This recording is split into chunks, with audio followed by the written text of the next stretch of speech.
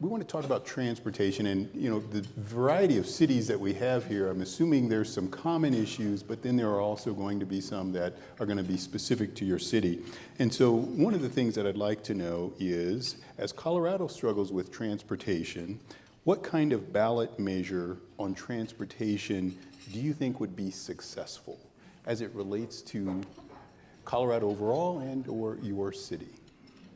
Well, from a Fort Collins standpoint, we would be supportive of really transportation financing for the entire state, not just regionally, not just for the denser areas. I personally think it's time for a gas tax to recognize that, and also recognize how we can also from electric vehicles. I actually, for the National League of Cities, I'm involved with Transportation Infrastructure Services, and I also serve on, for the National League of Cities, the Drone Advisory Committee to the FAA. One of the things I think it's often left out of the conversation is, I think the transportation sector, specifically as we talk about infrastructure, will be undergoing tremendous disruption over the next 5 to 10 years. And how are we preparing for that? And I think about you know, autonomous vehicles. They'll play a key role in some way, as well as drone traffic, and that'll be within urban centers, and are we prepared for that? And so there's a lot of other things, I think, in this overall conversation about transportation, and you know, and we should be thinking, planning, and engaged with those. There'll be some solutions there, but also some challenges as well. Okay, thank you. Well, on the transportation front, we have about $185 million worth of projects backlogged in Grand Junction alone. And we were fortunate that our voters have allowed us to bond about $70 million of that. And also the community has supported us with increased impact fees for our development. That'll bring probably an additional 40 to 50 million over the next 5 to 10 years. That still leaves us with a substantial shortfall. And we've got to figure that out as a community, how we're going to do that. So talking about how the state can help, or one of the questions was a coalition. I'm a little bit worried about a regional coalition, because I think one of the mayors has already said this, we're paying more than our fair share today. And so I get concerned when it comes back to regional coalitions, where if there aren't state monies involved in that, that puts even further burden on us. Though I also agree that gas tax is an area to look at. I would prefer not sales tax, because sales tax for us as municipalities is our #1 revenue, and we don't need another sales tax increase from another governmental institution. I would also say we should go back and look at Referendum C and what was wrong in Referendum C. One in particular that we could not get people to consider was, why not a sunset clause? A sunset clause is something that our voters very much want to see. They don't want to know that a tax is going to go on forever and ever and ever.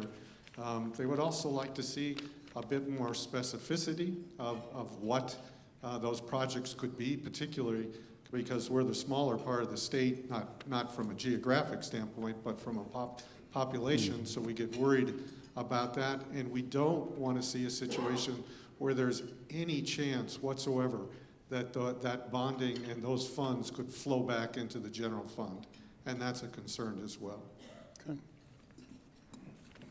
We actually in Denver supported Ref C because, you know, I believe that as we move toward looking at how we address some of these challenges, we absolutely have to look at the taxing structure here in the state of Colorado.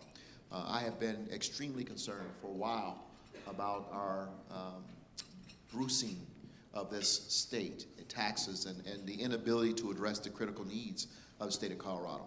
And so the utilizing the capacity, the taxing capacity that was already in the system first, starting there, should be what the taxpayers expect us to do anyway, anytime we have to make the decisions on whether we should increase taxes. How are you using what you have? Can you repurpose it? And so debrucing the state made a lot of sense as we were going to do under referendum C. And some 86% of the cities across the state have already done in terms of debrucing. And we did it in 2012 in Denver. We debruced the city taxing authority, or taxing limits, and we deployed those dollars into our infrastructure. And that was the opportunity, I think, around referendum C. And so we were supportive of it. And I like what Mayor Taggart just said, and we have to take a look at that again. But this is the challenge that we have across the state, where you have the metro region, our urban centers, understanding that, that makes sense for us, but we got to also understand what it looks like in the outlying areas of the state as well, in terms of rural Colorado and other parts of the state. So, yeah, we believe that referendum C was the proper direction to go for the state. Okay. Yeah, thanks. So in addition to serving as mayor of the city of Lone Tree, I've also served as the past chair of the Denver Regional Council of Governments, and I'm the vice chair of the Metro Mayor's Caucus. And we have been heavily involved in the conversation of a statewide solution for our underfunding of transportation. We've gone to the ballot. We've asked the voters to fix our roads without increasing taxes. We've asked our voters to fix our roads with an increase in taxes. And we've asked our voters to let us keep the money you've already paid in taxes and to address our roads. So, the question is, what will pass? Frankly, what I think needs to happen is a bipartisan solution with both Republicans acknowledging that there isn't enough money to fix the problem within the system today, the Democrats acknowledging there is some money in the system that should be devoted to roads, and leadership at all levels of the state government acknowledging that this is a priority for us. We have, thank you. And frankly, that's what will pass. What we have struggled with these past initiatives is this partisan bickering about, oh, there's money there, they're just not spending it right, or there's no money there. We all know there's some money there, but there's not enough money there.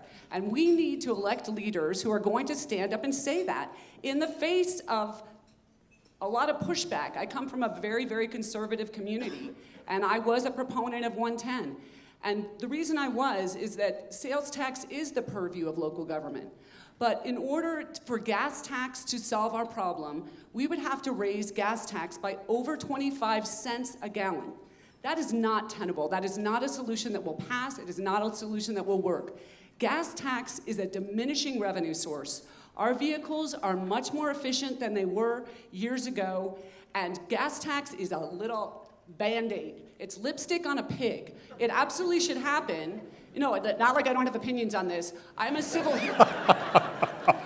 I'm sorry, does anyone else want to talk? No. I am a civil engineer. I do infrastructure planning. I get paid a lot of money to do this, and the idea that we are not investing in Colorado when very conservative communities like Wyoming and Utah are investing is pathetic. So the other thing I want to say is that the Metro mayors advocated for decades for a statewide solution and are still firmly committed to a statewide solution. But in the face of what has happened, we have felt no choice but to try and move forward with a regional solution. And that regional solution is, it's a bill that was introduced, it's 1151. It has a hold harmless clause from CDOT in it, and it basically would allow transportation organizations, regional organizations, the ability to move forward with the tax. It doesn't mean you actually, I'm sorry, I'm taking it more time, but it doesn't mean you actually get that tax, but it is a bridge between Fort Collins just moving forward, Denver just moving forward, Lone Tree just moving forward, or the Denver metro region being able to move forward. The region around Grand Junction, it's actually very similar to what Mayor Suthers has in the Pikes Peak Council of Governments with the funding that his voters have given to them. And what we're just saying is, please allow the metro region and any other transportation organization to move forward with a regional solution, since the voters have said no to the statewide solutions. All right. So thanks for Thank you. me. So what Well, first of What about all, Colorado regional Springs? solutions are not going to solve all the problems. We've got to have a statewide solution. Of one thing I'm convinced, the defeat of 109, the defeat of 110, the defeat of Ref C does not mean that the voters are not willing to pay more for state infrastructure. Here's the problem. For some reason, on the state level, we've not been able to figure out what the local governments figured out a long time ago. Why do we win over 2/3 of Tabor elections at the local level? It's because we're very specific. We do it for a certain amount of time. We say this is how much money we're going to raise, and this is exactly what we're going to do with it. You don't go to the voters like we did on Ref C and say, well, we've got a statute out there that says we're going to do 1/3 higher ed, 1/3 K through 12, and 1/3 transportation, but oh, by the way, the legislature could change that the day after it passes. That's not what folks want to hear. They want to know how long, how much, and exactly where it's going to go. And why the state can't figure that out, I don't know. My personal feeling is it's either bonding or it's a use tax of some kind. Gas tax doesn't get you there. Now you got electric vehicles out there. Some states are experimenting with this mileage calculations, and use tax makes a lot of sense to me. But the key to winning, I think, is duration, how much, and most importantly, exactly where you're going to spend it. Very good. But bipartisan, but I think it has to be bipartisan. I mean, I really do. I think we have to demand our legislators work together to move forward with something that we can all vote on. And I think half the problems that we've been facing is that they've been initiatives pushed by the right or the left, and we need something in the middle. And you have a very strong voice in demanding that. And we thank you.